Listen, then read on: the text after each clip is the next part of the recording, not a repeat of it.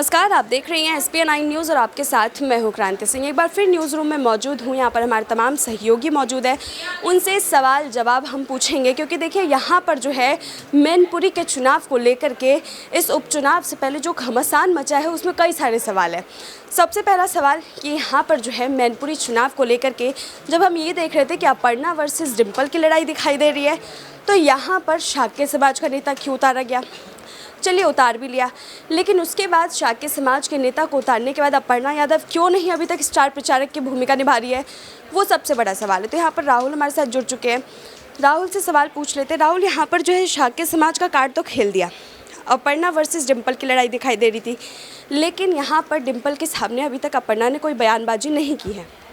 देखिए, सबसे बड़ी बात यह है कि जो मैनपुरी का उपचुनाव है ये और ज़्यादा दिलचस्प इसलिए हो गया क्योंकि बीजेपी ने यहाँ पर जातिगत कार्ड खेला है और बहुत पहले से ये चर्चा चल रही थी कि भाजपा अगर जातिगत कार्ड खेलती है तो क्या बड़ा फ़ायदा बीजेपी को दिखता नजर आएगा। देखिए, रघुराज शाक्य की अगर बात करूँ तो रघुराज शाक्य का मैनपुरी में अच्छा खासा दबदबा है, शाक्य समुदाय के बीच उनकी बड़ी पकड़ है और मैंने उनके वीडियोज़ को देखी, उनकी खबरों को देखी। देखिए, रघुराज शाक्य एक ऐसे नेता जो मुलायम सिंह यादव जैसे नेताओं का सम्मान करते। देखिए, चुनाव होते हैं, हार जीत लगी रहती है, वो एक अलग है, लेकिन बीजेपी के नेताओं का मुलायम सिंह यादव के प्रति एक समर्पित दिखाई देना, उनको श्रद्धांजलि अर्पित करना, ये पता चलता है कि सत्ता पक्ष हो या विपक्ष हो, छोटा नेता हो या बड़ा नेता हो, हर कोई नेताजी का सम्मान करता था।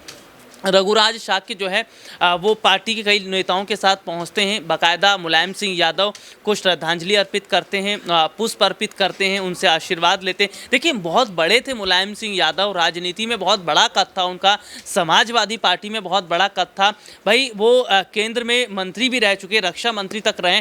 तो यही बड़ी वजह है कि देखिए मुलायम सिंह यादव का सम्मान जितना समाजवादी पार्टी करती है उतना सत्ता पक्ष भी करता है। और फिलहाल अगर बात करें तो देखिए डिम्पल यादव के हारने के चांस इसलिए और ज़्यादा बढ़ते चले जा रहे हैं। देखिए, आप केवल यादव वोट पर ही नहीं जीत पाएंगे, आपको अन्य वोट भी चाहिए होंगे, चाहे ब्राह्मणों की बात कर लें, ओबीसी वर्ग की बात कर लें, पिछड़ा वर्ग की बात कर लें, मुसलमान तबके की बात कर लें, तो सबका वोट आपको चाहिए होगा, अकेला यादव वोट आपको नहीं जिता पाएगा। और देखिए, डिम्पल यादव की मैं बात करूँ, कन्नौज जैसी सीटों से वो चुनाव हारी हैं, तो इसका साफ मतलब यह है कि डिम्पल यादव पर शायद कहीं ना कहीं दांव खेलकर अखिलेश यादव जो है वो जरूर फंस गए हैं। लेकिन धर्मेंद्र यादव, उनका एक बयान सामने आया जिसमें उनका कहना है कि मैनपुरी जो सीट है वो मुलायम सिंह यादव की सीट रही है, यहाँ से समाजवादी पार्टी का एक बड़ा रिश्ता है और यहाँ से डिम्पल यादव की जीत होगी। चलिए खैर, ये तो 8 तारीख को पता चल जाएगा कि हार और जीत किसकी रहेगी, लेकिन भाजपा को कम आंकना उत्तर प्रदेश में मुझे लगता है कि समाजवादी पार्टी की सबसे बड़ी गलती है, क्योंकि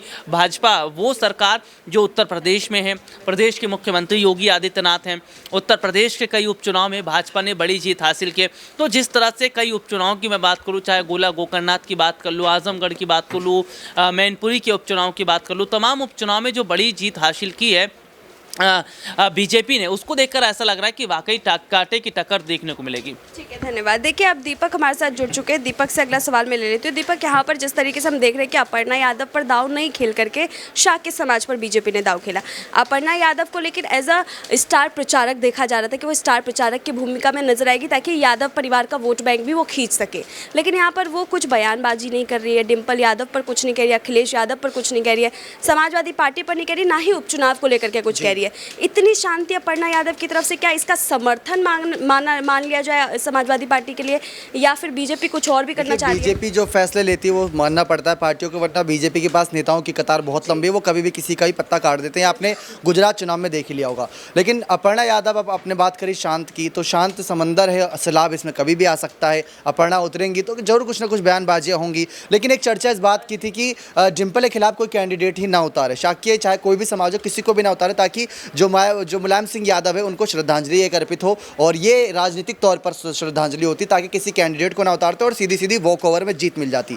तो अपर्णा को लेकर इस तरीके से चर्चाएं शुरू थी, लेकिन चर्चाओं का बाजार अब इस तरीके से गर्म हो रहा है कि उनको स्टार प्रचारक, लेकिन स्टार प्रचारकों की जब लिस्ट की बात करते हैं तो बीजेपी के पास इससे बड़े बड़े चेहरे हैं। अब कहाँ अपर्णा तक फंसे हुए हो, उनके पास केशव प्रसाद मौर्य, उनके पास खुद योगी आदित्यनाथ जैसे चेहरे। और अगर समय देखा जाए, अब 16 तारीख हो चुकी है, 5 तारीख को चुनाव है, बहुत कम समय बचा है। इस बीच अगर ऐलानबाजियाँ करेंगे, अपर्णा को लेकर यहाँ पर ऐलानबाजियाँ करेंगे तो कितना समर्थन मिलता है, क्योंकि शाक्य से आपने एक समाज से उतारा है, यादव परिवार से आप स्टार प्रचारक बना दोगे तो वहाँ पर आप खुद ही फंस जाओगे। तो इस तरीके से वहाँ पर कुछ ऐसे चेहरों को उतारा जा सकता है जो सिर्फ बिना जो किसी समाज से नहीं बल्कि लोगों के लिए, जनता के लिए काम करते, तो वो फ़ायदा देगा उनको। दीपक, एक सवाल और है क्योंकि जनता भी ये जानना चाह रही है कि शाक्य समाज पर चलिए दाव खेल दिया, यादव समाज को आपने छोड़ दिया है अभी, क्योंकि यादव समाज से आप खुद एक्सपेक्ट कर रहे हैं कि खुद से वोट बैंक आ जाए, लेकिन यादव समाज का जो वोट बैंक है वो 4 लाख प्लस है। उस पर अब दबदबा डिम्पल यादव का दिखाई दे रहा है क्योंकि मैनपुरी की सीट हमेशा से यहाँ पर जो है यादव परिवार के पास रही है। तो इसको देख करके क्या लग रहा है कि ये तो सिर्फ और सिर्फ यादव वोट बैंक अपने साथ कर लेंगे और मुस्लिम वोट बैंक भी यादव के पास ही आने हैं।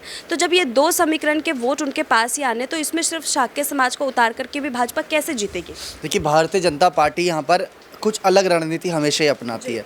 तो अगर बात करें उनके पास कैंडिडेट कौन कौन से, तो पहले उस पर भी चर्चा होनी चाहिए। शाक्य की तरफ से अगर बात करें, रघुराज का नाम था, अपर्णा यादव की तरफ से अपर्णा यादव का नाम था। अपर्णा उतरना चाहती थी या नहीं वो तो उनका खुद का डिसीजन था, लेकिन योगी अगर कोई फैसला लेंगे तो उन्होंने साफ कह रखा है कि जो भी वो डिसीजन लेंगे उसको जिम्मेदारियों को मानते हुए मैं आगे आऊँगी। लेकिन इस तरीके से देखा जाए तो योगी की बातों को तो नहीं ठुकरा सकती, लेकिन योगी ने क्या उनको आए किया, कैंडिडेट बहुत कम थे यहाँ से, इसलिए उन्होंने रघुराज शाक्य जो 3-3.5 लाख का वोट बैंक बताया जाता वो भी बहुत बड़ा है, 17.5 लाख। को ये बात पता है कि ये चुनाव वो हार भी सकती है, लेकिन जी रघुराज शाक्य को उतार के उन्होंने, अब जिस तरीके से रघुराज को एक बड़ी चर्चा मिल रही है क्योंकि मैनपुरी सीट मुलायम के कद के नेताओं की सीट थी, अब रघुराज को उतारा जिनको कोई नहीं जानता था कल परसों तक, आज उनके लगभग हर किसी की जुबान पर वो नाम है, क्या डिम्पल को मात दे पाएंगे? तो ये बीजेपी की रणनीति है, यहाँ से उनको एक बड़ा चेहरा बनाएंगे, आज नहीं तो कल किसी और सीट से लड़ा देंगे, तो फायदा देगा ही उनको। ठीक है, धन्यवाद। देखिए, यहाँ पर जो है फ़ायदा किसको मिलेगा किसको नहीं मिलेगा वो तो आने वाला समय बताएगा, लेकिन अब ऋतिक जुड़ चुके हैं।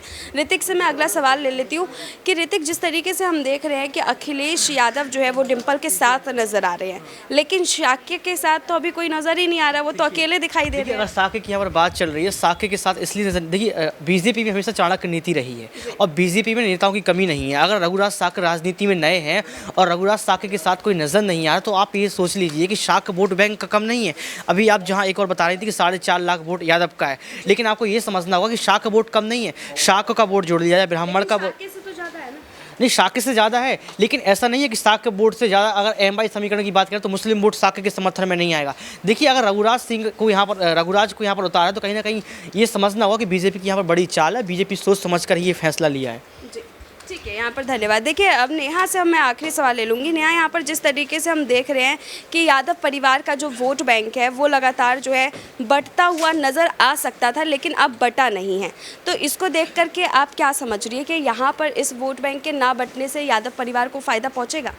देखिए, यादव परिवार को फ़ायदा पहुंचेगा या नहीं ये तो बात की बात है, लेकिन यहाँ पर देखा जाए कि अभी जो बीजेपी ने कल यहाँ पर जो इस चीज़ की घोषणा की है कि वो रघुराज शाक्य को उन्होंने उतारा। देखिए, रघुराज शाक्य को ये कहा जा रहा है कि वो नया चेहरा है, लेकिन शायद ये सब जानते हैं कि उत्तर प्रदेश में भाजपा की सरकार है इस वक्त।